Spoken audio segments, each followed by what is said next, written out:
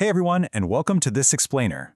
Today, we're diving into the slightly maddening, yet incredibly fascinating science of why a mentally draining day can absolutely wreck your physical training session.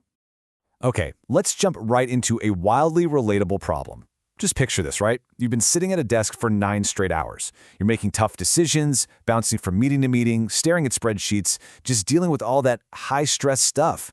But physically, you haven't lifted anything heavier than your coffee mug. You haven't run a single step. Technically speaking, your legs should be exactly as fresh as they were the moment you woke up. And yet, you go out to train, and your normal, everyday, conversational pace suddenly feels genuinely, inexplicably hard. Something is definitely off, and you can just feel it in your bones. So, what do we normally do when this happens? Well, we try to fix it by treating it like a physical problem. We tell ourselves, I probably just slept poorly, or maybe I didn't eat enough carbs at lunch. And then we do what dedicated, hardworking people always do. We just try to push harder, because that always works, right? But here's the catch. When we treat this like a physical issue, or worse, like a personal weakness, pushing through that distorted signal actually just makes things worse. It's the perfect recipe for turning a totally manageable session into a completely miserable one. The truth is, it isn't a weakness at all. It's actually a load you simply didn't know you were carrying. Which brings us to a really startling question, one that challenges pretty much everything we assume about cognitive work being physically free. What if 90 minutes of intense thinking could take a measurable physical bite out of your endurance, completely bypassing your physical systems? Think about it. What if your heart, your lungs, your muscles are all in absolutely perfect working order, but your brain is up there pulling the emergency brake? To really grasp this, we have to stop treating brain power as a freebie and start treating it as an actual measurable training load. To test this exact idea, researchers Samuele Mercora, Walter Staiano, and Victoria Manning set up a fascinating randomized crossover study back in 2009. They took 16 participants and put them through 2 very different scenarios. On one day, they had them spend 90 straight minutes on a highly demanding, brain-draining cognitive task. On another day, those same people spent 90 minutes just kicking back and watching neutral documentaries. Sounds nice, right? Well, right after both of these conditions, the participants had to hop on a stationary bike and pedal to absolute, total exhaustion at 80% of their peak power. And the results?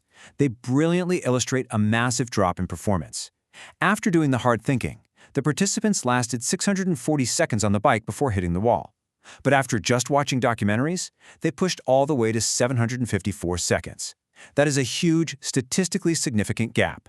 And remember, they're using the exact same legs, riding the exact same bike, and pushing the exact same watts.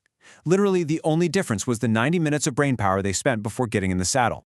So what's the actual mechanism here? Why on earth did they fail faster?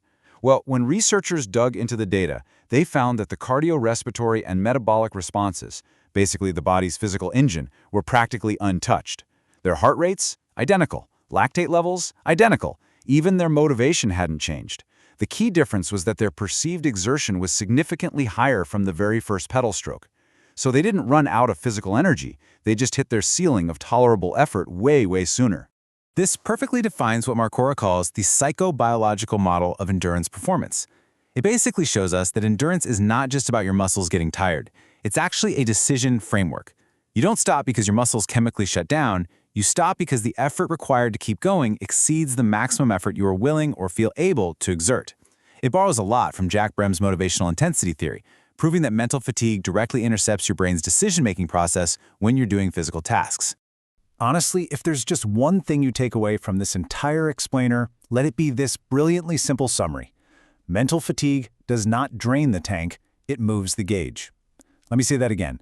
It doesn't drain the tank, it moves the gauge. Your body still has all of its fuel, your muscles are totally primed and ready to go, but your tired brain is misreading the dashboard. It's flashing warning lights, telling you you're redlining when you're actually just cruising. Let's shift gears a bit and see how this plays out in the real world, outside of a strictly controlled cycling lab. In 2016, Mitchell Smith and his team took this exact model and applied it to moderately trained, experienced soccer players. They had half the players do a mentally exhausting 30-minute Stroop test, that classic frustrating test where you have to name the color of the ink instead of reading the actual word. Well, the other half just got to relax and read some magazines. Afterward, they put all the players through the grueling yo-yo intermittent recovery test, which is essentially a brutal shuttle run to a beep. and followed it up with some highly technical shooting and passing drills. The results out on the pitch were incredibly telling. Running distances in the yo-yo test totally dropped for the mentally fatigued group. Their perceived exertion spiked, while once again their actual heart rates stayed exactly the same as the rested group. But it wasn't just raw stamina that took a hit. When they tested the more experienced players, their shot speeds slowed down, their shooting accuracy declined, and penalty times on their passing tests actually went up. So this invisible cognitive load was degrading both their physical endurance and their fine motor skills.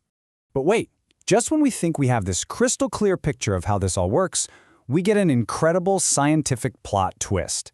Because science does what science does best, right? A different group of researchers decided to look back at all these alarming headline studies and model them for publication bias. And when they did that, the previously assumed moderate effect of mental fatigue suddenly plummeted to something that was statistically indistinguishable from zero. So where does the science actually stand today?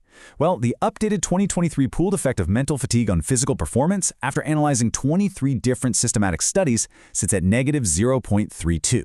What does that mean? It tells a much more nuanced story. The effect is absolutely real. It definitely exists. But it's small. It's not the catastrophic, guaranteed performance killer that those early headline-grabbing studies made it out to be. If we look at this data objectively, we can see exactly how the scientific consensus evolved over time. Early on, the raw pulled effect looked huge, but smaller studies often only get published when they show traumatic extreme results. When researchers applied rigorous statistical models to correct for that publication bias, the estimate fell, sometimes even crossing into non-significance. Finally, that huge 2023 systematic review landed us right in the middle at negative 0.32. So the truth is definitely smaller than what we thought back in 2009, but it is undoubtedly 100% still there. So, what's our reality check here? The honest takeaway from all this data is that yes, the effect of mental fatigue definitely exists, but it is highly individualized and completely unpredictable. The systematic reviews couldn't find a single defining trait that explains who gets affected and who doesn't. Your age, your sex, your BMI, your overall fitness level, none of it explains the variance. You might be deeply impacted by it on a Tuesday, and your training partner might breeze right through the exact same workload on a Thursday. But armed with this science, you absolutely do not have to be a victim to this invisible load. We can manage it with a super simple, empowering 3-step action plan. Number 1, schedule it. Treat a heavy cognitive block just like you'd treat a heavy physical session. Try to put your hardest, deepest thinking after your key physical workout, not in the hours right before it. Number 2, check your perceived effort against an objective marker. If a known easy pace suddenly feels incredibly hard, but your heart rate is sitting right where it normally does, you know you're dealing with perceptual fatigue, not a fitness issue. And number 3, reframe the day. Since the effect is small and mostly perceptual, just adjust your expectations for the session rather than canceling the workout entirely. Give yourself a little grace and just get out there. Understanding your own internal dashboard is absolutely the first step to mastering your training and overcoming this invisible load. So I'll leave you with this. On your most cognitively brutal day of the week, what does your easy pace actually feel like? I genuinely love for you to reflect on your own routine and drop a comment below. What is your body telling you when your brain is already exhausted? Thanks so much for joining me to explore this fascinating research, and keep paying close attention to where your gauge is really pointing.